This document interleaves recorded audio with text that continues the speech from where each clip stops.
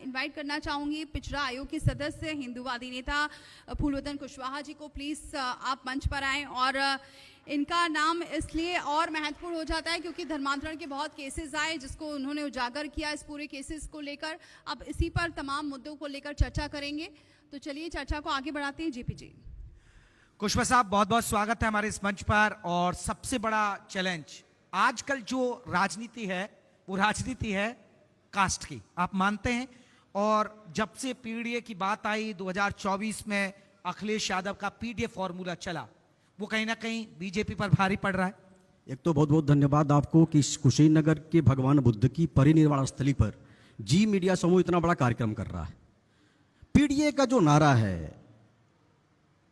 मैं मानता हूं कि पीडीए का जो शब्द है वो प्राइवेट डेवलपमेंट अथॉरिटी है।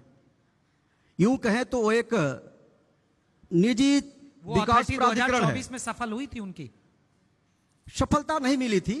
कतिपय कारणों से अगर सफलता मिलती है तो सफलता नहीं मानी जाती है। मैं अगर सपा की बात करूं तो समाजवादी पार्टी आज तक जब से अखिलेश जी के नेतृत्व में काम कर रही है कभी कोई चुनाव लीड नहीं कर पाई, लगातार हार रहे हैं। चाहे वो लोकसभा हो, विधानसभा हो, राज्यसभा, वो लगातार हार रहे हैं। जहां तक जातीयता की बात आप कर रहे हैं, राजनीति में जातीयता का असर दिखता है। भारतीय जनता पार्टी की सरकार आने के बाद और उत्तर प्रदेश में पूज्य महाराज जी को मुख्यमंत्री बनने के बाद जातिगत समीकरण ध्वस्त हुए हैं। हम राष्ट्रवाद पे काम कर रहे हैं, हम विकासवाद पे काम कर रहे हैं। हमारा एक विजन है कि उत्तर प्रदेश की इस 24 करोड़ जनता को विकास के मुख्य धारा में लाएं। जो समाज का सबसे अंतिम व्यक्ति है उसको मुख्य धारा में जोड़ने का प्रयास कर रहे हैं। कुशीनगर के अंदर आपको याद होगा जब पूज्य महाराज जी मुख्यमंत्री नहीं थे, वो सांसद हुआ करते थे, तो कुशीनगर में मुसहरों की समस्या हुआ करती थी। मुसहरों, यहाँ पे मुसहर समाज के लोग अपना जीवन यापन घोघा खा के जीते थे। अभी दुधही ब्लॉक में जाएंगे, पडरौना ब्लॉक में जाएंगे तो मुसहर की ज्यादा संख्या है कसिया के अंदर भी। उनके जीविकोपार्जन की कोई व्यवस्थाएं नहीं थी। पूज्य महाराज जी जब सरकार में आते हैं तो सबसे पहला कार्यक्रम मुख्यमंत्री बनने के बाद 17 में इस कुशीनगर की धरती पे करते हैं और मुसहरों की चिंता करते हैं। दूसरा एक विषय कुशीनगर में था जल जनित बीमारी का। जापानी बुखार था, कालाजार था, इंसेफेलाइटिस था। इसका उन्मूलन करने के लिए पूज्य महाराज जी ने टीकाकरण का शुभारंभ कुशीनगर की धरती से किया। तो हम इस विकास के मुद्दे पे बात कर रहे हैं, काम कर रहे हैं। हमारे जो युवा साथी है, मैं उनसे आग्रह करना चाहता हूं कि जब तक युवाओं की भागीदारी राजनीति में तय नहीं होगी, जब तक युवा समाज में आगे नहीं आएगा, तब तक विकास की बात बेईमानी होगी। मैं फूलवतन जी आपसे जानना चाहूंगा, ठीक है, आप पिछड़ा आयोग के सदस्य हैं। एक सदस्य के तौर पर मैं आपको देखूं, पिछड़ों के लिए आप क्या आवाज उठा रहे हैं? पिछड़ों के लिए अब तक आपकी क्या उपलब्धियां रही हैं एक आयोग के सदस्य के तौर पर? आपने देखिए, पिछड़ा वर्ग आयोग के सदस्य होने के नाते और भारतीय जनता पार्टी के एक सिपाही होने के नाते मेरा ये दायित्व बनता कि उत्तर प्रदेश के जो पिछड़े समाज के लोग रहते हैं, जो सबसे नीचे तबके के लोग रहते हैं, जिनका राजनीति में सरोकार कम है, उनको मुख्य धारा में जोड़ने का प्रयास कर रहे हैं। उत्तर प्रदेश के विभिन्न जनपदों में हम लोग जाते हैं और वहाँ की जो समस्याएं हैं, वहाँ के जो गरीब की स्थिति है, गरीबी क्यों है, उनके पास क्या सुविधाएं हम दिला सकते हैं, उनको शिक्षा के क्षेत्र में, स्वास्थ्य के क्षेत्र में, उनके बच्चों को पढ़ने की सुविधा दिला सके, इस पर हम लोग प्रयास कर रहे हैं। आप एक हिंदुत्ववादी नेता और अभी आपका नाम बहुत ज्यादा चर्चाओं में रहा, चाहे वो धर्मांतरण की बात करें, सपा के जो 2 नेताओं का नाम आया छांगुर गैंग को लेकर, वो उजागर किया आपने, और ये अवैध मदरसों को लेकर भी लगातार आप मामले को उजागर करते आ रहे हैं। लेकिन कुशीनगर में ऐसे मामले कैसे बढ़ते चले गए? आज के मामले नहीं है ये। कुशीनगर में जो मामले धर्मांतरण के दिख रहे हैं, ये समाजवादी पार्टी के पोषित नेता हैं, समाजवादी पार्टी के राष्ट्रीय स्तर के नेता हैं। आज के कुछ महीने पहले जाली नोट के प्रकरण में जेल जा चुके हैं। ये वही लोग हैं जो समाजवादी पार्टी से पोषित हो रहे हैं, समाजवादी पार्टी के संरक्षण में कुशीनगर में अपने धंधे को चला रहे थे, जिसकी एक बहन हमारी। कुशवाहा साहब, आप पिछड़े लोगों को जागरूक क्यों नहीं करते? क्योंकि पिछड़े ही लोग उसमें चंगुल में ज्यादा फंसते हैं। हम जागरूकता कर रहे हैं ना, हम उसी मुहिम में काम कर रहे हैं। हम उसी आपके चैनल के माध्यम से बताना चाहता हूं, हमारा एक एक भारतीय जनता पार्टी का कार्यकर्ता और मैं व्यक्तिगत तौर पे पिछले समाज के उन लोगों को जागरूक करने का ही काम कर रहे हैं। उसका एक हिस्सा है कि ऐसे अपराधियों को हम कार्रवाई करा के जेल के अंदर करा रहे हैं। जो बबलू खान है, नौशाद खान है, नाटा नवाब है, और एक बड़ा नाम हिल्स ग्रुप के जो व्यक्ति आलमगीर है, जो पर्दे के पीछे काम कर रहा था, उसका भी इसमें नाम आया है। अनामिका नाम की वो बहन ने उसका भी नाम लिया है। जांच पुलिस हमारी कर रही है। इनके जो काला साम्राज्य बना हुआ है वो व्यक्ति बिहार जी, लेकिन ऐसा लगता नहीं है कि बड़ा टाइम लग गया इस केस को सामने आने में? छांगुर का जो बड़ा पूरा पर्दाफाश है बहुत दिनों बाद हुआ, बहुत सालों बाद यूं कहें। अगर कोई महिला नहीं आई होती तो शायद ये मामला सामने भी नहीं होता।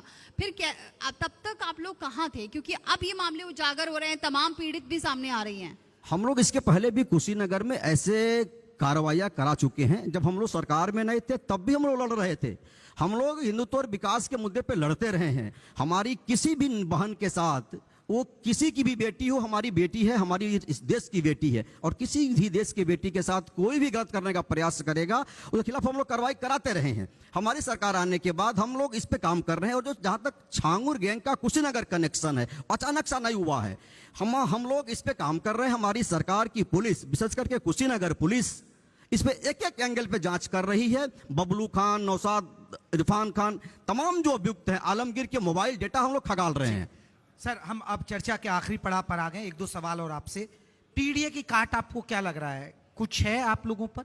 और आपको लग रहा है कि पीडीए इनका फॉर्मूला 2027 में चल पाएगा? क्योंकि ये वो इलाका आखिरी छोर पर कुशवाहा, क्योंकि यहाँ बहुत सारे समाज के, पिछड़ी जातियों के लोग यहाँ बहुत ज्यादा रहते हैं, पिछड़े, दलित। ये माना जाता है कि वो बेल्ट मानी जाती है जो बीएसपी का कैडर वोटर भी रही है। कुशीनगर में पीडीए दिख रहा का कहीं? 7 के 7 विधानसभा हमारे हैं, दोनों, एक पूरा लोकसभा, एक आंशिक लोकसभा हमारा है, राज्यसभा हमारा है, यहाँ का ब्लॉक प्रमुख हमारा है, यहाँ का नगर पंचायत, नगर पालिका हमारा है। पीडीए का जो नारा है वो केवल एक प्राइवेट डेवलपमेंट अथॉरिटी है। मैं बार बार कह रहा हूं, वो अखिलेश यादव के घराने का पीडीए है। उनके घर में शायद कोई बालिग नहीं है कि जिसको वो कोई पद दे सके। और कुशीनगर में पीडीए पूरा तरह से फेल है। आने वाले 27 के चुनाव में भारतीय जनता पार्टी की पूर्वमस पे सरकार बनेगी और पुनः हम यहां से 7 विधानसभा जीतने जा रहे हैं। एक सवाल, क्योंकि पिछड़ा आयोग अब आप सदस्य हैं, लेकिन पिछड़े वर्ग को पार्टी से जोड़ने के लिए, उनकी समस्याओं के लिए आप क्या कदम उठा रहे हैं? क्योंकि लड़ाई अब पिछड़ों को लेकर बहुत ज्यादा छिड़े हुए हैं। हम लोग पिछड़े समाज के एक एक कार्यकर्ताओं की चिंता करते हैं, एक एक लोगों की चिंता करते हैं। ग्राम सभा के अंतिम व्यक्ति जो ग्राम सभा में अंतिम पौधान पे रहता है, उसकी जमीन, उसकी सहूलियत, उसके रखरखाव, उनके बच्चों की शिक्षा, उनके समाज के मुख्य धारा में लाने के लिए हम लोग गांव-गांव जाते हैं। हम लोग चौपाल करते हैं, उनसे मिलते हैं, उनके परिवार में जाके उनके दुख सुख को सुनते हैं। यहाँ तक कि अगर उनके घर में राशन कार्ड की समस्या है या राशन नहीं मिल पाई किसी कारणवश, उसको भी दिलाने का काम करते हैं। और अब अखिलेश के जमाने में जाएंगे तो केवल ये बाउंड्री वाल कराते थे, केवल कब्रिस्तानों की बाउंड्री वाल कराते थे, केवल मुस्लिम कन्याओं को शिक्षा और शादी के नाम पर अनुदान देते थे, बैकवर्ड के किसी को नहीं देते थे। केवल बैकवर्ड की बात करेंगे। अभी एक घटना आपने देखा होगा, पूजा पाल जी को, जो एक माननीय विधायक हैं, उनको किस लिए पार्टी से निकाल दिया गया? क्या वो पीडीए की नहीं थी? क्या वो पिछड़ा नहीं है?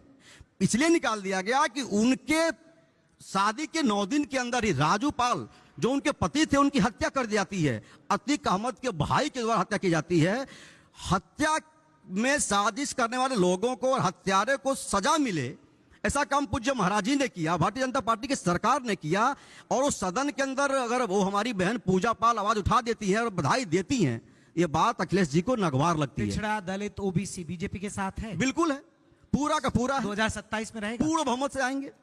चलिए, बहुत बहुत शुक्रिया हमसे बात करने के लिए। उम्मीद करते हैं कि पिछड़ा वर्ग और के आयोग के सदस्य, आप पिछड़े लोगों के लिए ऐसे ही काम करते रहें और आगे बढ़ते रहें। बहुत बहुत शुक्रिया। बहुत बहुत शुक्रिया। कृपया मंच पर रहे। मैं एडिटर रमेश चंद्र जी को बुलाना चाहूंगी कि उन्हें सम्मानित करें।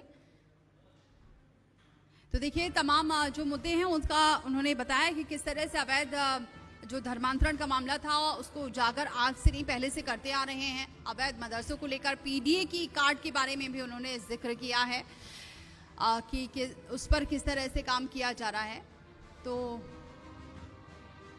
अब ये तमाम अहम मुद्दों पर चर्चा की, क्योंकि कुशीनगर का कनेक्शन भी बहुत सामने आ रहा था छांगुर गैंग को लेकर। इसको लेकर सवाल थे कि आगे ऐसे केसेस और आगे ना बढ़े, इसके लिए जागरूकता भी लगातार कराई जा रही है। अब